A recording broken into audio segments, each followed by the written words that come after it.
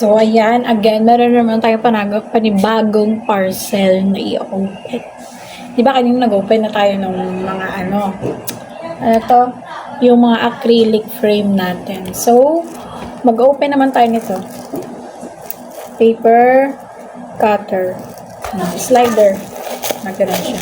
Alam pa ang tawag sa kanya. Wait. A few moments later. Ayan, so let's open this. I am excited with this kasi nga, hindi na gamitin ng gunting lang. So, ayan. May nabigay sa atin ito. Ayan.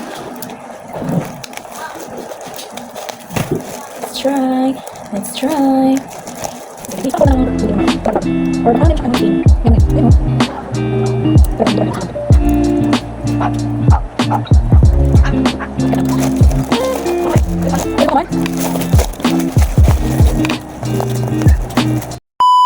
I'm back with another scissor. Siyempre lang kanina, di ba? Easy. Easy peasy. Oh my God. Hindi na tayo. Pansamantagal lang to kasi nga, siyempre wala pa akong budget. Kasi ang gusto kong bilhin yung, ano na siya, 8-in-1 laminator. May kasama na siyang malaking ganito. Eh, medyo hindi pa natin afford ngayon. Kaya ganito na lang muna in-order ko. Pansamantagal. So, pag nagkaroon na tayo ng kahit kukunting fan, siyempre, unti-unti natin yun kasi balak naman natin i-force itong business na to, no? Ayan. Ayan. Ayan. Open na siya. Oh my God! It's so cute! Purple siya. And, may kasama siyang extra blade. Kasi ganito siya. Ayan. So, as you can see, meron na siyang ruler. Tapos ito yung slider / cutter na may blade. Ayan. Pagano mo lang siya. Ganun. Simple lang. Ayan. I'm so excited to use this. Tikit mo na dito yung paper. So, since mag-layout ako mamaya sa photo strip natin, gagamitin ko na siya. Tatry ko to. Ito. Kasi hindi to pantay eh. Ginupit ko lang to ng gunting eh. Pero, look at that. Ito, diba? Obvious naman, diba, na hindi pantay. Itong top part. Kasi ito yung ginupit ko.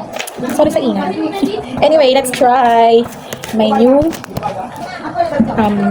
paper slicer. Be right back. So, hindi natin siya alam kung paano siya gamitin. Like, so, ba ito dapat pinapantay? Hindi, diba? Ganun ba siya?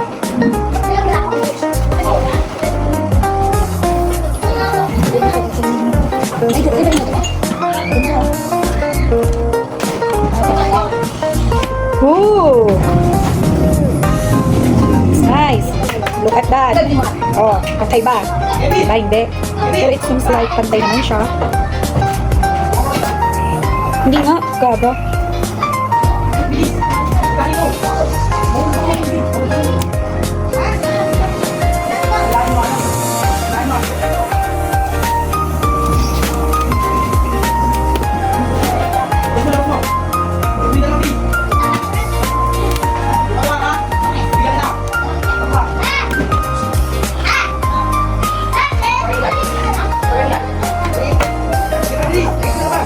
Ayan, oh, diba? So, anong size nito? Pantay na pa, guys. Is it pantay?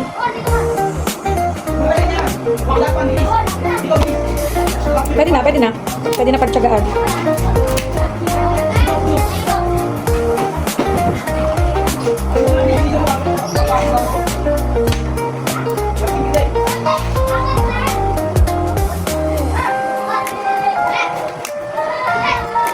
Pinaipit lang kasi pag ano ko kanina. Ayan, adjust ko na siya ng buti. Thank you so much.